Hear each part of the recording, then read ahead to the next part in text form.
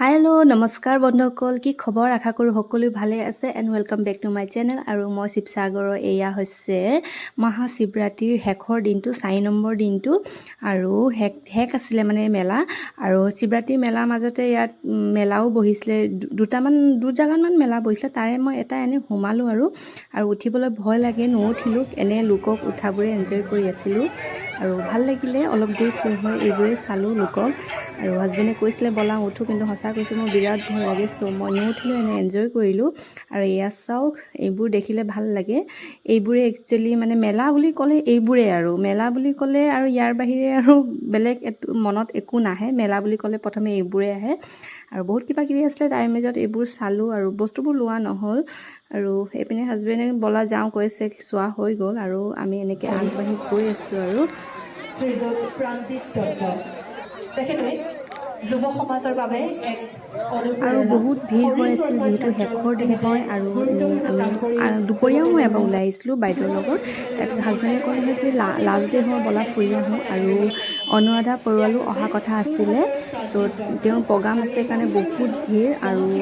বৰষুণো দি আছে চ' মানুহবোৰ ধমাধম ফুৰি লৈছে আৰু মই ইয়াৰে মাজত মই একো মাতিবই নোৱাৰিলোঁ যিহেতু বৰ হাল্লা ভিৰ আৰু মানুহৰ ভিৰ ইমান সমাগম মানুহৰ আৰু চব লাষ্ট ডে বুলি এইপিনে খাৰু ধুনীয়া ধুনীয়া মানে আইটেমবোৰ আছে আৰু দুপৰীয়া এবাৰ আহিছিলোঁ তেতিয়াই মই বাইদেউৰ লগত আহোঁতে বহুত কিবা কিবি নিলোঁ মোৰ ঘৰত সজোৱা বস্তু হওক বা খোৱা বস্তু ধেৰ কিবা কিবি নিলোঁ হাজবেণ্ডৰ লগত আহোঁতে এনে এপাক মাৰিলোঁ নল'লোঁ ল'ম ভাবিছিলোঁ কিন্তু ইমান পচন্দ নহ'ল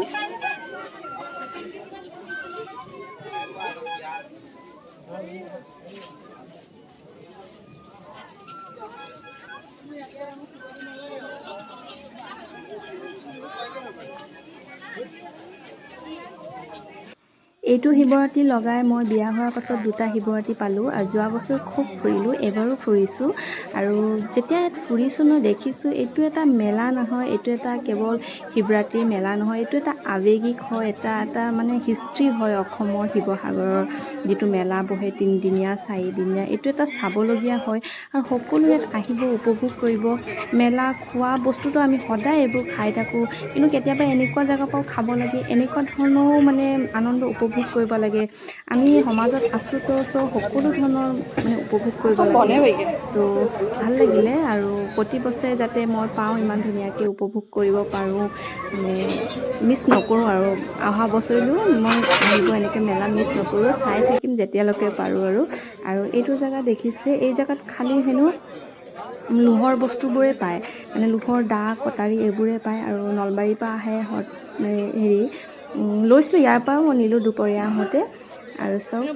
মানুহে দা কটাৰী লৈ আছে ধুনীয়া ধুনীয়া বস্তু আৰু অলপ কমতো পায় যিহেতু লাষ্ট ডে হয় আৰু কমতো দি দিছে আৰু দোকানবোৰ উঠোৱা সময় হৈ গ'ল হেক আৰু গোটেই বান্ধিয়ে লৈছে বৰষুণো এনে ৰাতিপুৱালৈকে থাকে আৰু কিন্তু বৰষুণ দিয়াৰ কাৰণে গোটেই সামৰি লৈছে ইয়াত চাওক ভিৰ কিমান এই জেগাত ভিৰ বহুত হয় টাবা বেলনা যি ল'ব আছে দা কটাৰী ধুনীয়া ধুনীয়া বস্তু আৰু মেলাৰ পৰা উভতি আহি সেইডোখৰতে ধুনীয়াকৈ আয়োজন কৰিছে আৰু এয়া চাওক মই জুম কৰি দেখাই দিছোঁ অনুৰাধা পৰুৱালজী আৰু তেওঁ গীত গাই আছে ধুনীয়া ধুনীয়া মানে ভজন গীত গাই আছে আৰু অলপ দেৰি উপভোগ কৰিলোঁ যিহেতু তেওঁক চাবলৈ পৰা নাই মোবাইল ফোনটো হাতত উঠাই কোনোমতে মোবাইল ফোনৰ জৰিয়তে চাইছোঁ মানুহ যিহেতু বহুত ভিৰ আৰু অলপ দেৰি উপভোগ কৰিলে সঁচাকৈ বহুত ভাল লাগিলে আৰু লাইভ এনেকৈ চাম বুলি ভবা নাছিলোঁ চাব যে পালোঁ সেইটোৱে মানে ভাগ্য আৰু তেওঁক সদায়তো এনেকৈ টিভিত চাওঁ তেওঁৰ গান প্ৰায় শুনি থাকোঁ ভজনবিলাক আৰু মানুহ বিৰাট ভিৰ চাওক আৰু লাষ্ট ডে হয় চ'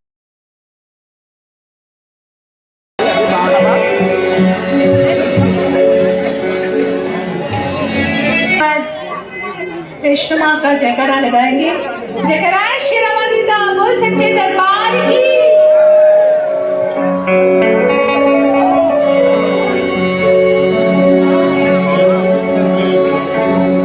आपको हिंदी समझ में आ रहा है ना इतने शांत आप बैठे हैं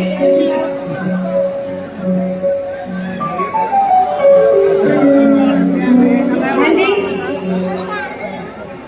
अच्छा हम गाएंगे आप शांति से सुनेंगे इसे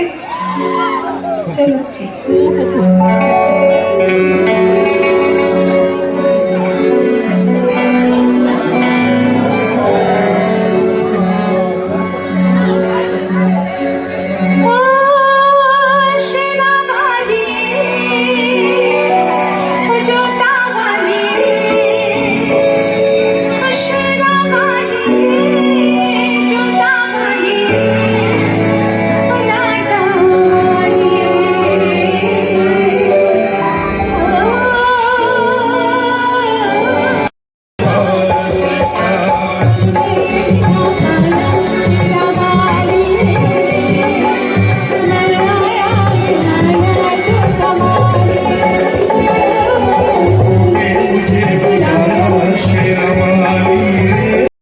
পৰা ৰিটাৰ্ণ হৈ চিধা ভণ্টিহঁতৰ দোকানত পাস্তা খাব আহিলোঁ। খাই বৈ লওঁতে ভিডিঅ' নকৰিলোঁ, তাৰ পাছতহে ভিডিঅ' কৰিছোঁ। লাজ লাগে। মোৰ লাজ কিয় কাৰণে শ্যামে মোক ছাপোৰ্ট নকৰে সেইকাৰণে। ছাপোৰ্ট নকৰে মানে নিজে এটা কথাই নকয়। আৰু খাই বৈ হৈ গ'ল, কিন্তু তাৰ পাছত মই ভণ্টি দুজনীৰ দোকান হয় এইটো, আৰু ভাইটি আছিলে লগতে, আৰু তেওঁলোকক মই ইণ্ট্ৰডিউচ কৰি দিছোঁ।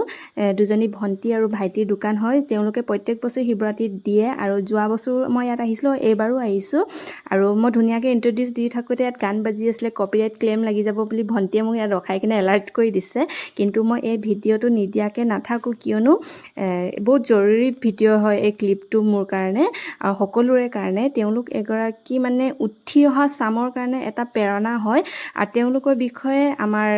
পূৰ্বাঞ্চল ভাস্কৰ দত্ত দায়ে ধুনীয়াকৈ এটা তেওঁলোকৰ বিষয়ে ভিডিঅ' বনাইছে। তেওঁলোক কোন হয় কি হয় জানিবৰ কাৰণে মই লিংকটো দি দিম, আপোনালোকে চাব। তেওঁলোক মুঠতে প্ৰেৰণা হয় আমাৰ এতিয়া উঠি অহা চামৰ, আৰু তেওঁলোকৰ পৰা ময়ো বহুতখিনি শিকিছোঁ। আৰু ভিডিঅ' ভাল লাগিলে চাই লাইক কমেণ্ট শ্বেয়াৰ কৰিব নাপাহৰিব।